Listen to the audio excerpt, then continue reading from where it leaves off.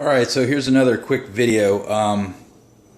When I was talking on my video yesterday about having him on the shelf, what I did was I actually took him apart, and I originally just took apart his wheels and his action for him being able to move around.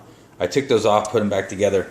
However, the motors still run, and I didn't like hearing the motors, so I actually just cut the two wires to the two bottom foot motors.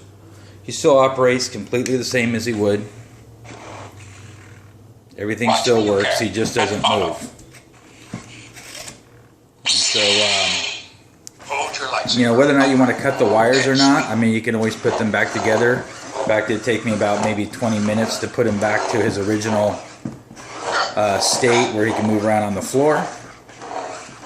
But I like him much better this way. So this way he can actually be put on a shelf or a counter, because let's be honest, I mean, after the novelty of him moving around on the floor wears off, which it will after a while, most of all of you are going to be putting him up onto a shelf. And just having him on the shelf last night, even though I put him in, I put him on the shelf for the R2 unit, because I'm actually going to be making his own shelf for the wall. It was awesome. If you think watching him on the floor was great, you should see him when he's actually on a shelf with all of your other Star Wars items and he's animated. It really brings your Star Wars collection to life, because you can actually have him with everything else, opposed to just having him on the floor itself. So he's working out great.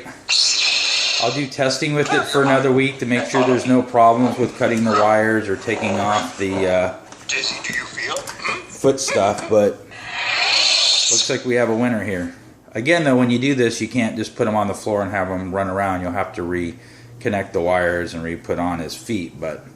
And what I mean by feet again is this stuff. His feet will actually be on. So there you go. Too cool for sure.